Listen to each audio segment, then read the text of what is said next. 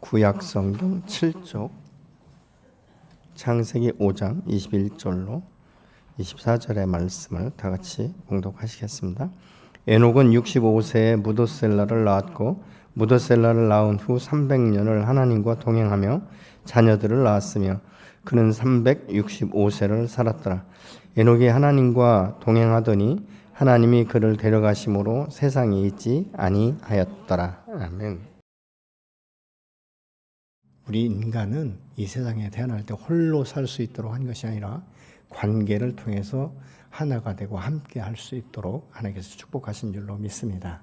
근데 우리가 이 인간관계를 할 때 사실은 수직과 수평의 관계가 조화와 균형을 이룰 때 가장 안전하고 행복한 이런 관계를 맺을 수 있게 되는 것이죠.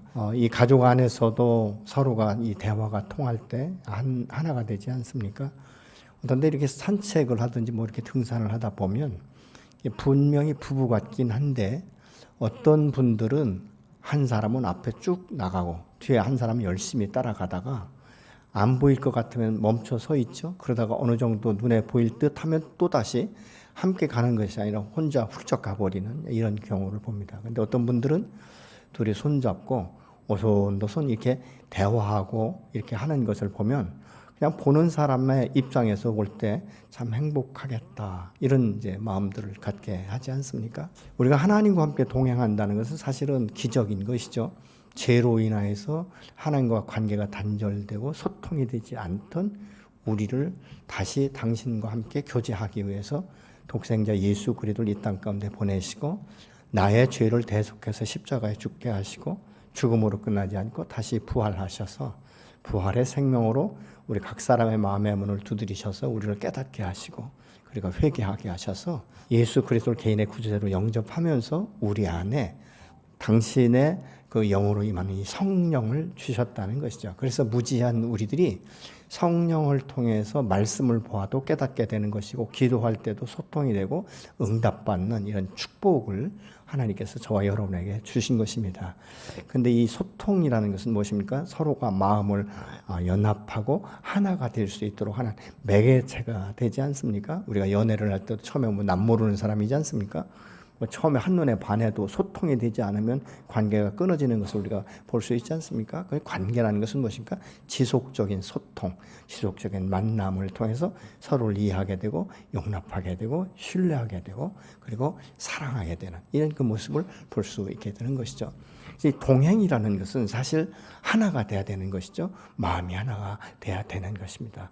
그리고 어떻게 보면 이 부부 같은 경우는 삶의 목표가 하나가 돼야 되는 것이죠. 과거에는 자기 나름대로 개체적인 이 목표가 있었고 그것을 따라서 열심히 우리가 준비하고 달려오지 않았습니까? 근데 부부의 연을 맞게 되면 서로의 어떤 부분에 있어서는 권리를 포기하고 상대방의 의견을 존중해주고 뜻을 하나가 되어서 모든 것이 협력해서 선을 이루도록 만들어가는 것, 그것이 아주 아름답고 가장 행복한 이 가정을 이루게 되는 것 아니겠습니까? 그래서 그 가정 가운데 성장한 자녀들이 또한 그 부모들의 모습을 통해서 가장 안정감을 가지고 지속적인 행복한 가정을 만들어가는 것이죠. 그래서 이 동행은 먼저 하나가 돼야 된다라는 것을 우리가 알 수 있습니다. 이 초등학교 때 보면 대개 뭐 2인 상박 같은 이런 운동회를 하게 되면 어떤 경우에 보면요, 뭐 키가 크고 뭐 이게 다리가 길어서 빨리 꼬린 지점에 임하는 것도 아니고 뭐 3명이 다 달리기를 잘한다고 해서 일찍 들어오는 것도 아니더라고요. 어떤 사람들인가 보면 3사람이 마음이 먼저 맞아서 이 보조를 맞춰가는 것이죠. 보폭이 동일하고 그러다 보면 넘어지지 않고 끝까지 골인하는 이런 그 모습을 볼 수 있게 되는 것이죠. 그런데 3명 중에 1명이라도 이 마음이 조급해서 빨리 가야 된다는 이런 조급함이 있다 보면 그 사람의 생각 때문에 모두가 이 다리가 맞지 않으니까 그냥 계속 넘어지는, 번복하는 이런 그 모습을 우리가 볼 수 있게 되는 것이죠. 그럼 우리가 이 세상 살아갈 때 어떻게 하면 가장 안정적이고 정말 진취적인 이 삶을 살아갈 수 있는가? 우리의 삶이 날마다 새롭게 성장되고 변화되는 삶을 살아갈 수 있는가? 그것은 하나님과 하나가 되는 것입니다. 보조를 맞추는 것이죠. 자, 그렇다면 우리를 누가 더 많이 기다려줄 것 같습니까? 누가 더 많이 사랑할 것 같습니까? 하나님이 우리에게 보조를 맞춰 주시는 것 아니겠습니까? 한 걸음 한 걸음 나갈 때마다 그분의 뜻을 알게 되는 것이고 그 마음을 읽게 되는 것이고, 그리고 내가 생각하고 내가 계획한 것보다 더 크고 더 창대케 하시는 그 여호와의 그 손길, 언약의 말씀, 이 축복의 말씀을 우리가 믿음으로 취하면서 그 말씀 앞에 한 번, 두 번 반복해서 순종하다 보면 우리 안에 믿음의 분량이 점점 더 넓혀져 가게 되는 것을 우리가 볼 수 있는 것입니다. 하나됨의 전제 조건이라면 무엇이 있어야 되는가? 사랑이 있어야 되겠죠. 그리고 성령으로 하나가 돼야 됩니다. 우리가 죄성을 가진 인간은요, 누구든지 자기중심적이에요. 누구든지 욕심이 있게 되어 있는 것이죠. 그래서 많은 사람들이 자기의 것을 먼저 채우고 나야 남을 배려하는 마음이 생기기 시작하는데, 하나님 안에서 이 사랑의 그 빚진 자로서 하나님의 사랑이 무엇인지를 알고 성령의 도우심으로 내 안에서 인내하고 용납하고 이 지경을 넓혀가서 과거 같으면 쳐다보지도 않을 이 관계를 정말 단절할 수밖에 없는 이런 상태의 사람들도 나도 모르게 자꾸 품어지게 되고, 그를 위해서 용납하게 되고 그를 위해서 축복하고 기도하게 되는 우리의 변화되는 모습들을 볼 수 있게 되는 것이죠. 가장 아름다운 동행은 그러면 누가 할 수 있는가? 그것은 서로 하나가 되고 소통이 되는 것이죠. 하나님이 사람을 지으실 때 기쁨의 동산 이 에덴을 먼저 창설하시고 당신의 형상을 따라 사람을 지으셨어요. 그래서 인간관계 가운데서가 아니라 하나님과 인간이 소통할 수 있다는 것은 놀라운 일 아니겠습니까? 그건 기적인 것이죠. 그런데 이것이 죄로 인해서 분리되기 시작하니까 사람이 하나님 앞에 다가가지 못하는 거예요. 때로는 두렵기도 하지만 이게 소통이 되지 않는 것이죠. 하나님의 뜻과 하나님의 마음과 전혀 이 반대되는 이런 이 삶을 살다 보니까 오히려 그것이 자기 중심적으로 자기를 위해서 사는 것으로 생각하게 되는 것 아니겠습니까? 그런데 오늘 본문에 보면 에녹은 그렇게 살지 않았다라고 24절은 말씀하고 있죠. 하나님과 함께 평생을 동행하다가 어느 날 죽음을 보지 않고 들림받았다, 이렇게 말씀을 하고 있는 것이죠. 이 에녹에 대해서는 사실 65세 이전에는 에녹이 어떻게 살았는지 이 부분에 대해서 전혀 말씀이 없습니다. 그러나 이 무두셀라라는 이 아들을 낳고 나서부터는 어떤 연유인지는 모르지만 에녹이 전혀 다른 삶을 살아가기 시작하는 것이죠. 세상 바라보지 않고 오직 하나님만을 바라보면서 하나님과 소통하는, 하나님과의 소통은 무엇입니까? 기도 아니겠습니까? 여러분, 우리가 이 기도는 영적 호흡이라고 말하겠지만 사실 소통이에요. 여러분, 관계가 정상화되고 관계가 깊어지고 사랑을 나누고 이렇게 할 수 있는 것은 무엇인가? 소통이 돼야 되는 거예요. 우리가 상대방하고 대화하다가 왜 자꾸 말이 끊어지고 그 사람 만나고 싶지 않습니까? 대화가 되지 않기 때문에. 이게 소통이 안 되는 거예요. 그러니까 동문서답하게 되는 것이고 이렇게 하는 이런 모습들을 우리가 보게 되는 것이죠. 그런데 이 에녹의 특징을 보면 말이죠, 뭐 특별한 일이 없어요. 특별하게 무슨 돈을 많이 벌었다든가 명예나 권세가 있었다든가 뭐 하나님의 사람들처럼 특징나게 무슨 선지자적인 이런 역할을 했다든가 뭐 모세처럼 뭐 이스라엘 출애굽시켰다든가 이런 것들이 전혀 없습니다.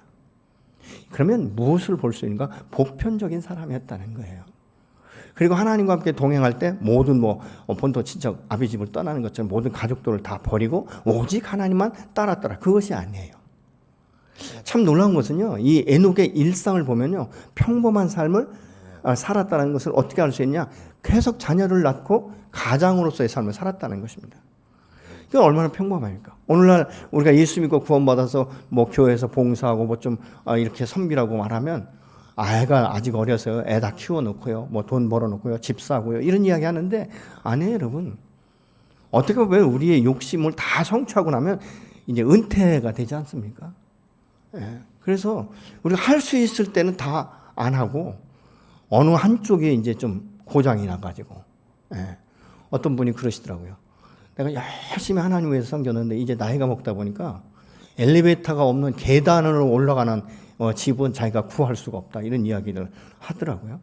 여러분 하나님과의 동행은 그렇기 때문에 무엇을 이루고 성취하고 나서가 아니라 지금 현재 평범한 삶 가운데 이루어져야 되는 줄로 믿습니다.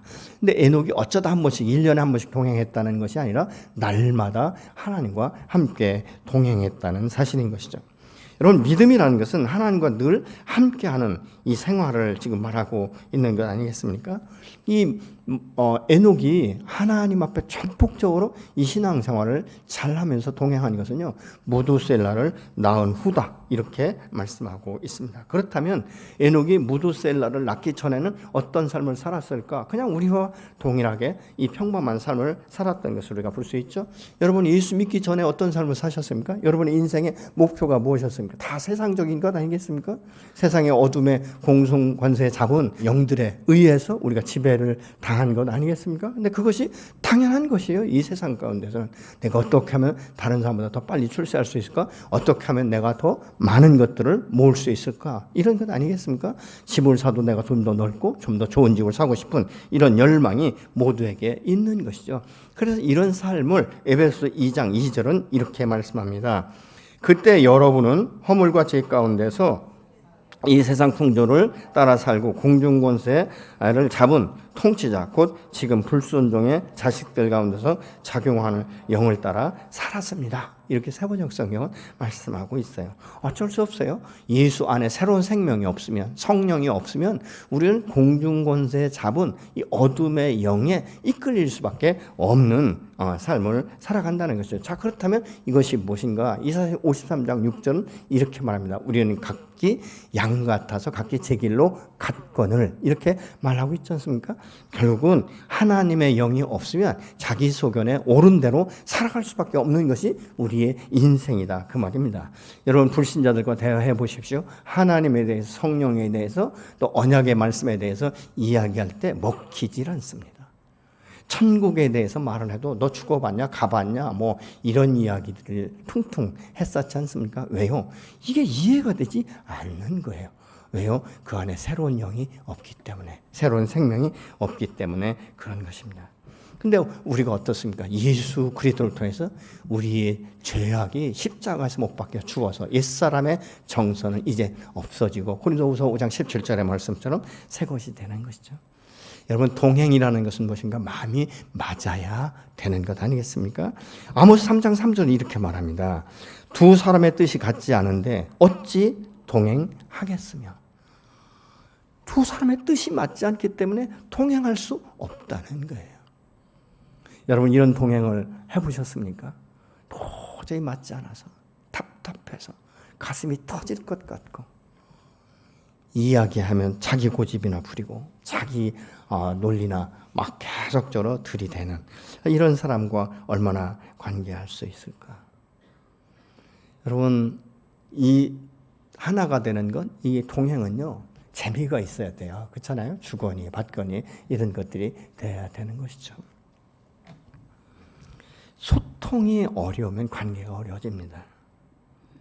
왜요? 마음과 생각이 다르기 때문에 그런 건 아니겠습니까? 그러니까 서로가 이해가 되지 않고 용납되지 않기 때문에 서로가 잘못된 것이라고 상대방을 판단하고 비판하게 되는 이런 우를 우리가 범하는 것을 우리가 볼 수 있는 것이죠.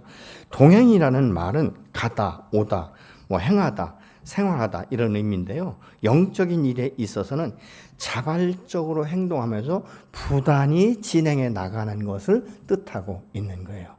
여러분 우리가 하나님과 함께 동행하기 위해서는 늘 주님 곁에 서서 주님과 함께 동행하고 이것이 매일매일 되어지도록 우리가 노력하는 것 아니겠습니까? 여러분 운동을 해도 마찬가지죠. 운동을 하루에 몰아서 한 달치를 하시는 분은 세상에 없을 거예요. 매일매일 해야 되는 것이죠. 여러분 운동이라는 것은 일주일치나 한 달치를 몰아하면 병나요. 운동이 아닌 거예요. 그건 노동인 것이고 사람을 자신을 괴롭혀하는 것이 되는 것 아니겠습니까? 우리 성경을 봐도 하루에 몰아서 성경 전체를 다 보는 것보다는 매일매일 한 장씩이라도 지속해서 보는 것, 기도도 마찬가지죠. 매일매일. 여러분 우리가 사랑하고 서로 함께 소통이 되어지면요 매일 만나고 싶지 않습니까? 만나서 차 한잔을 하더라도 그 사람을 만나서 대화를 하고 그래야 내가 안정감이 있고 기쁨이 있는 것 아니겠습니까? 어느 주일학교 선생님이 말이죠. 아이들한테 이 에녹에 대해 설명할 때 이렇게 설명했대요. 아침이 되면요. 하나님이 오셔서 깨운대요. 문을 두드리면서 에녹아 날이 밝았다. 나하고 같이 놀러 가자. 그래서 데리고 나가서 산으로 돌로 다니시다가 해가 질 무렵이 되면 다시 에녹을 집에다 데려다 주면서 잘 자고 내일 보자. 이러고 가셨다는 거예요. 근데 어느 날은 너무 멀리 가다 보니까 집으로 다시 데려다 줄 수 없어서 야 에녹아 여기까지 왔으니까 우리 집으로 가자. 그래서 죽음을 보지 않고 하나님 앞에 들림받았다. 이런 이야기를 주일학교 선생님이 풀어서 했다는 거예요. 어떻게 보면 참 주일학교 아이들에게는 그게 굉장히 쉽게 이해될 수 있는 그런 영역도 아니겠습니까? 우리가 예수 믿고 구원받아서 영원한 생명을 얻었고 이 새로운 생명을 가지고 주님과 함께 동행하다가 내 육신의 장막이 무너지게 되면 우리의 영은 영원한 하나님의 나라에 임하는 이런 역사가 있어지게 될 줄로 믿습니다. 예수 믿고 구원받은 사람만이 할 수 있게 되는 것이죠. 또 하나님과 함께 동행하는 사람은 어떤 것이냐면 자기의 삶을 주님 앞에 내어드려서 그 주인 되시는 주님이 내 삶을 통제하고 다스릴 수 있도록 내어드리는 것을 의미하고 있는 것이죠. 에녹은 무두셀라를 낳고 어떤 연유에서인지는 오지만 하나님 바라기가 되어버린 것입니다. 그래서 죽음을 보지 않았다 이렇게 말하고 있죠. 에녹은 하나님을 경험하면 경험할수록 점점 더 가까이 가고 싶고 더 깊이 가고 싶은 이런 마음으로 자기 인생의 이 삶의 목표가 되어버린 거예요. 우리가 예수 믿고 거듭나면 과거의 옛사람의 이 정서에 따라서 어떤 욕심에 따라서 세워졌던 이 모든 목표는 일단 십자가에서 함께 못 박아 죽었기 때문에 새로운 그 표대를 향해서 우리의 인생을 다시 한번 재설계하는 이런 일들이 저와 여러분 안에 있어야 될 줄로 믿습니다. 우리의 믿음은 그렇기 때문에 어떤 교리를 공부하고 이해한다고 해서 그것이 믿음은 아니에요. 물론 말씀을 듣고 이렇게 성경을 공부하는 건 당연한 것입니다. 그러나 성경을 많이 알고 많이 이해하고 많이 공부했다고 해서 그것이 그리스도인의 기본적인 것은 아니라는 것입니다. 믿음은 말씀을 듣고 하나님을 따라가는 것을 지금 말하고 있는 것이죠. 지금까지 열심히 이 살아온 길을 버리고 이제 새로운 길을 따라가기 시작하는 것입니다. 오늘 많은 사람들이 공부하고 배워서 많은 지식을 갖고 있기 때문에 이것이 삶으로 드러나지 않으면요, 결국 이것은 교만이 되어서 다른 사람을 판단하고 비판하는 데 쓰임받는 이런 일들이 비일비재하게 우리 주변 가운데 일어나는 것을 볼 수 있게 되는 것이죠. 믿음이라는 것은 그렇기 때문에 결단을 요구하고 있어요. 여러분, 결단이 없는 사람들은요, 계속 미룹니다. 내일부터 이렇게 미뤄가는 것들을 보고요. 또 한 가지는 뭐냐면 믿음이 없으면요, 하나님의 말씀 앞에 순종할 수 없어요.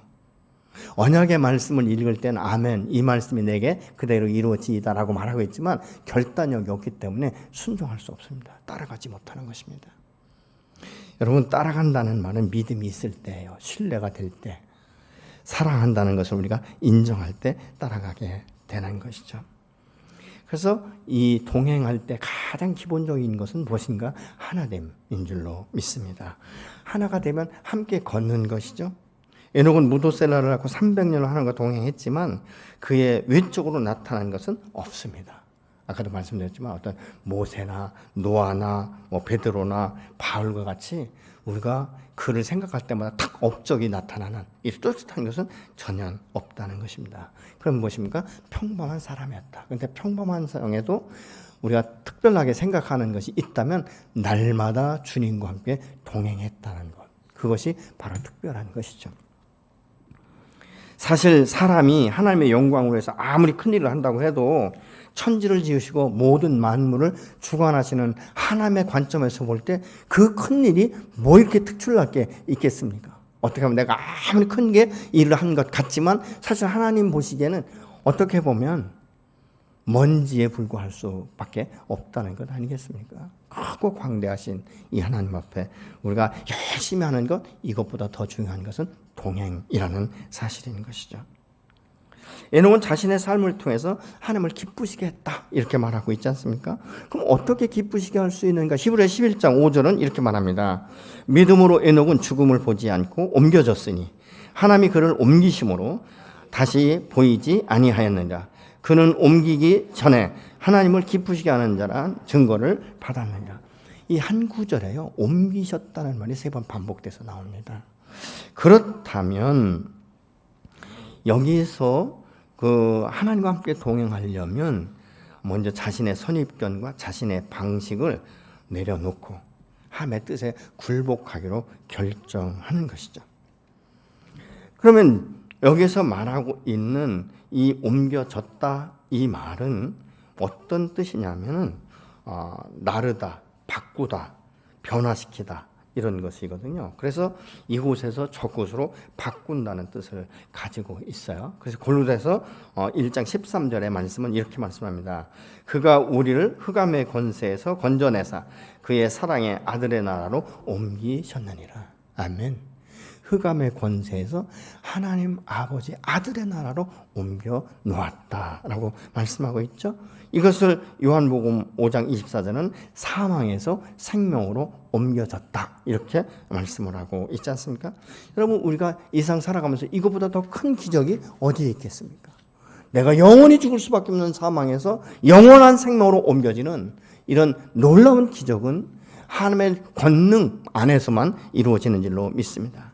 에녹이 죽음을 보지 않고 옮겨졌다라는 말은 여기 보지 않고 이 말은 보다라는 뜻인데 알다, 경험하다, 느낀다 이런 의미예요. 그러니까 맛을 보거나 체험을 한다는 뜻을 지금 말하고 있는 것이죠.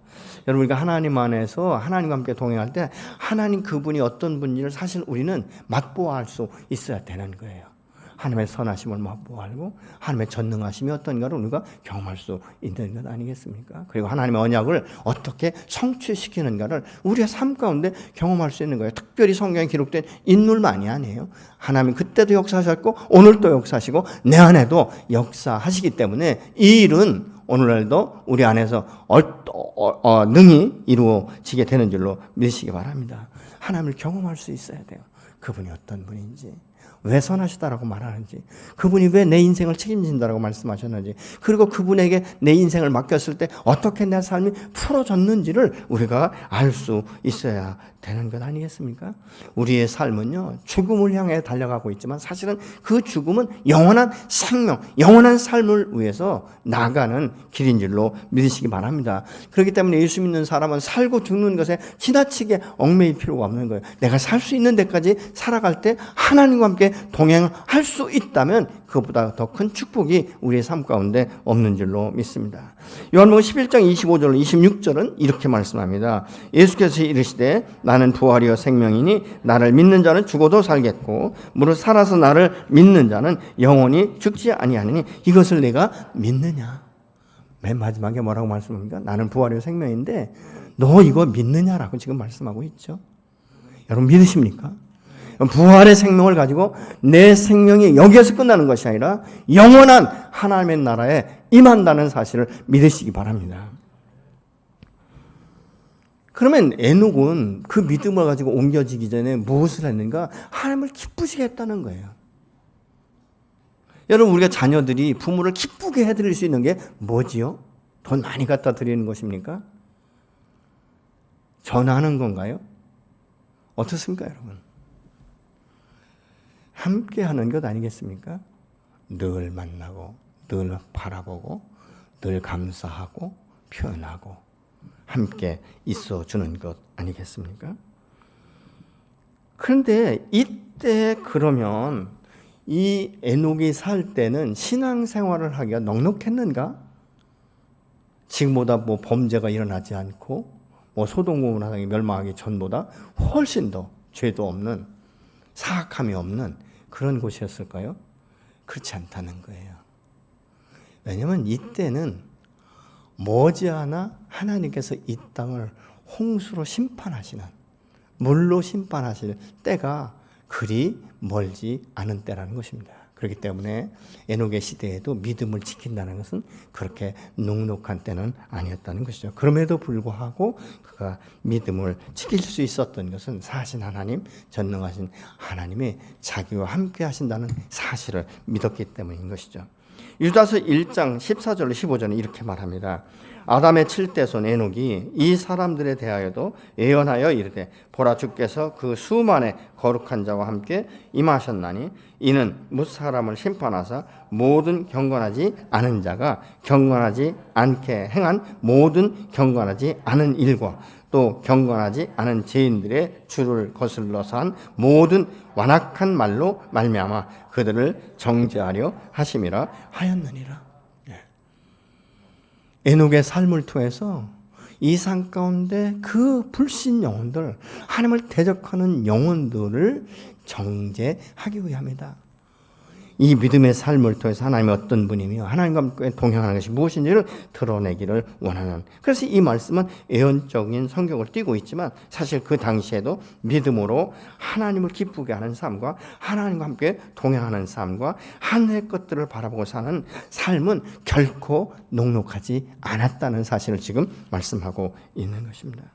그럼에도 불구하고 하나님만 바라보면 그 말씀을 따라 순종할 때 하나님은 그를 보호하시고 보존하시며 그의 삶을 축복하시고 그의 자손들까지도 축복하신 줄로 믿습니다. 어떻게 해야 그럼 에녹처럼 하나님을 기쁘시게 할 수 있는가? 히브리서 11장 6절에 이렇게 말합니다. 믿음으로, 그죠? 믿음으로 하나님을 기쁘시게 할 수 있다라고 말하고 있죠. 믿음이 없이는 하나님을 기쁘시게 할 수 없다, 이렇게 말씀하고 있지 않습니까? 하나님을 기쁘시게 하는 믿음은 무엇인가? 하나님과 동행하면서 내 중심이 아니라 하나님 중심의 삶을 살아가는 것이죠. 하나님의 삶을 따라서 그 중심을 옮기고 살기 위해서는 무엇입니까? 내가 죽어져야 되는 거예요.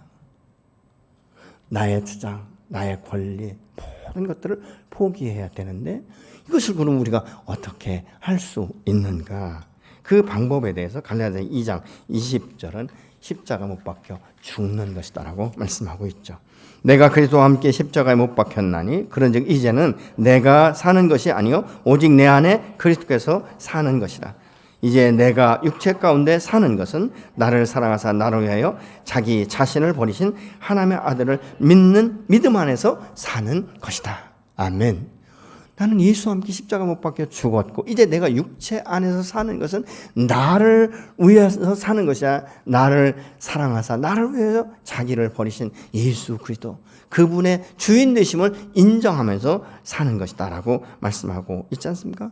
그 아들을 믿는 믿음 안에서 사는 것, 예수와 함께 죽고 예수와 함께 살 때 내 삶의 목표와 방향성과 가치관이 전혀 달라지는 것을 지금 말씀하고 있는 것이죠. 이 믿음을 지키기 위해서 하나님의 말씀과 기도는 지속되어야 되는 것입니다. 여러분, 어떻게 상대방의 마음을 이해하지 못하는데 어떻게 상대방의 마음을 맞춰줄 수가 있겠습니까? 상대방을 이해할 수 있는 것은 대화예요.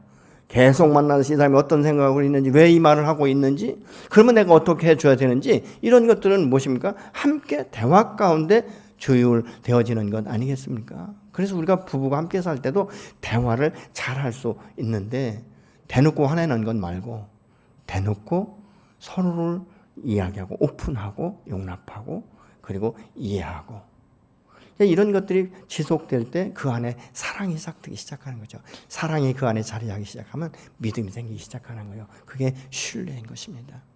왜 우리가 하나님의 말씀 앞에 온전히 순종하지 못합니까? 신뢰가 쌓이지 않았기 때문에, 관계가 정상적이지 않기 때문에 그런 거예요. 여러분, 날마다 하나님 앞에 나가서 말씀 보고 기도해 보세요. 묵상해 보세요. 어느 순간부터는 소통이 되기 시작합니다. 어떤 데 이렇게 질문하셨어요. 하나님, 이 말씀의 뜻이 뭐죠? 하나님, 이 상태로 제가 어떻게 해야 되죠? 아마 어떤 분들은 그럴 거예요. 그러면 하나님 말씀하시나 이러실 거예요. 근데 한번 해보십시오. 제가 볼 때 여러분 3개월, 6개월, 1년 단위로 달라질 것입니다. 한 3년만 반복해 보십시오. 그때마다 하나님께서 지혜를 주시고 깨닫게 하시고 내가 무엇을 선택해야 될지, 무엇을 버려야 될지, 내가 언제 손을 움켜잡아야 될지, 언제 풀어야 될지를 하나님은 정확하게 말씀하세요. 아멘이십니까? 여러분, 아무리 친한 친구도요, 10년, 20년 후에 만나서 대화해 보십시오. 과거와 전혀 다른 모습들을 우리가 볼 수 있는 것이죠. 또 사람은요, 어느 장소 어떤 직장에서 일하느냐에 따라서 그 사람의 인격과 그 사람의 삶의 모습들이 전혀 달라지는 것들을 우리가 볼 수 있어요.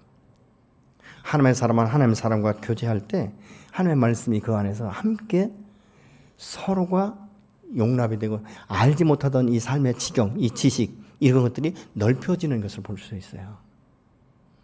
우리가 신앙생활 잘하면서 이 세상 사람 만나보세요. 대화하는 모든 것들이 다 자기중심적이에요. 명예, 권력, 탐욕, 탐심 이런 것들을 채우기 위해서 얼마나 열정적으로 일하는지 봅니다.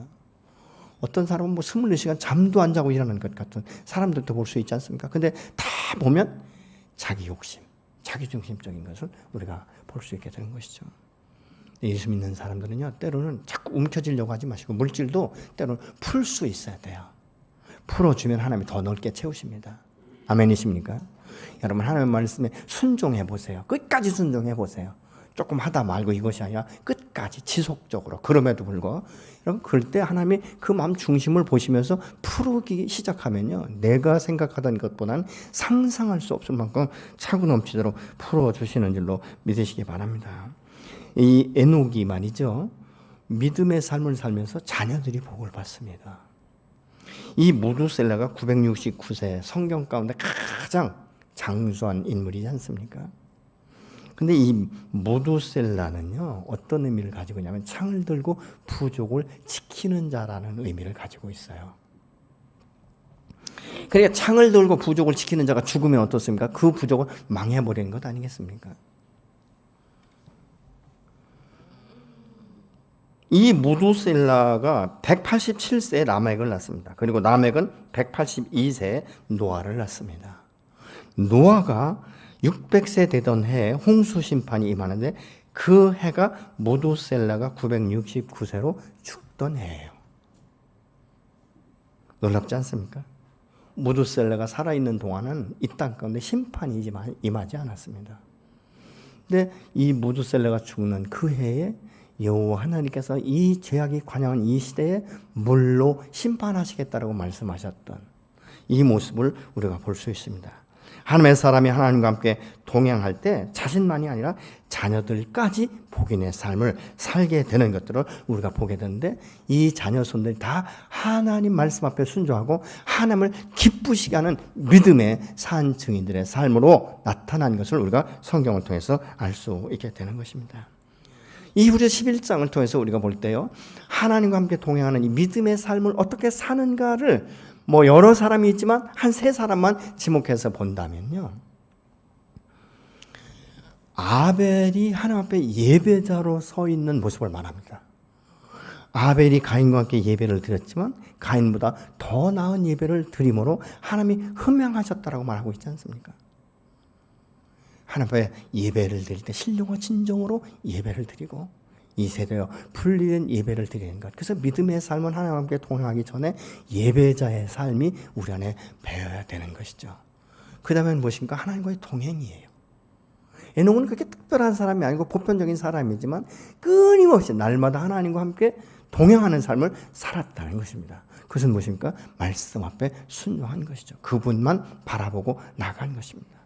오늘날 우리가 예수 바라기가 되어질 때 우리는 나도 모르는 사이에 점점점 내 마음 가운데 예수 그리스도의 성품이 내 안에서 계속적으로 담아지기 시작하고, 시간이 지나고 때가 지나면 변화된 나의 모습을 통해서 다른 사람들이 변화되는 역사가 일어나게 될 줄로 믿습니다.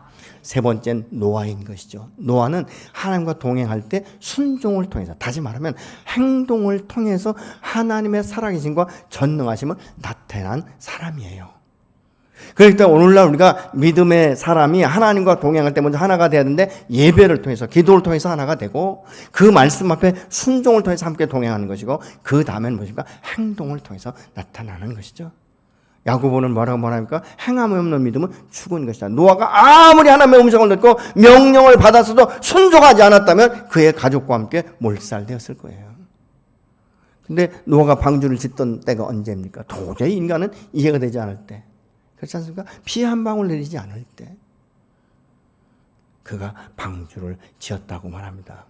여러분, 우리가 미래 세대는 알지 못합니다. 우리는 잠시 잠깐 후의 일도 알지 못합니다. 그러나 여호와의 말씀을 신뢰할 때, 그 성령께서 말씀하실 때 우리가 알지 못하지만 그 베드로와 그 친구들이 그물을 깊은 곳에 내리는 것처럼 그 말씀에 의지해서 순종할 때 그 결과는 상상할 수 없는 기적을 경험하게 되는 줄로 믿으시기 바랍니다.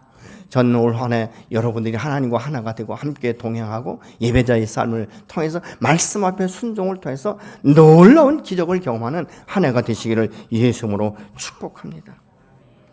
근데 하나님 앞을 그럼 기쁘시게 하는 사람은 어떤 사람인가? 히브리서 11장 6절은 믿음이 없이는 하나님을 기쁘시게 할 수 없다라고 지금 말씀하고 있지 않습니까? 살아계신 하나님은 인격체세요. 이상의 모든 우상은 비인격체입니다. 그리고 그 모든 우상들은 애언도 언약도 인격적인 대화도 할 수 없는 대상들인 것이죠. 우리 하나님은 살아계시며 전능하시며 인격체이시기 때문에 하나님과 기도를 통해서 말씀을 통해서 소통할 수 있고 언약을 통해서 그 말씀을 따라 순종할 때 하나님은 어떻게 우리를 축복하시는지를 우리의 삶의 현장 가운데 날마다 경험하게 해주시는 줄로 믿으시기 바랍니다. 내 하나님은 살아계십니다. 내 하나님은 전능하십니다. 내 하나님은 성령을 통해서 오늘도 잠시 잠깐도 내 곁을 떠나지 아니하시고 내 안에서 내 속사람을 강건하게 하시고 내게 지혜와 명철을 주셔서 모든 것들을 분별하게 하고 어둠의 영을 결박하고 파쇄할 수 있는 권능까지도 저 여러분에게 주신 줄로 믿으시기 바랍니다. 그래서 믿음의 사람이 승리할 수 있는 거예요. 그래 믿음의 사람이 감사할 수 있는 것이고 믿음의 사람이 하나님의 영광을 드러내는 믿음의 산 증인이 되시는 줄로 믿으시기 바랍니다.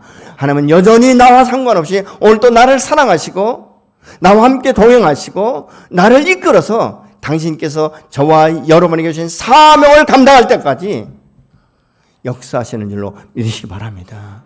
그래서 복인의 삶은 하나님의 살인과 전능하심을 믿는 것입니다. 그리고 그 말씀 앞에 순종하는 것이고 매일매일 순간순간 소통하는 것이 저와 여러분 안에 이루어져야 될 줄로 믿으시기 바랍니다.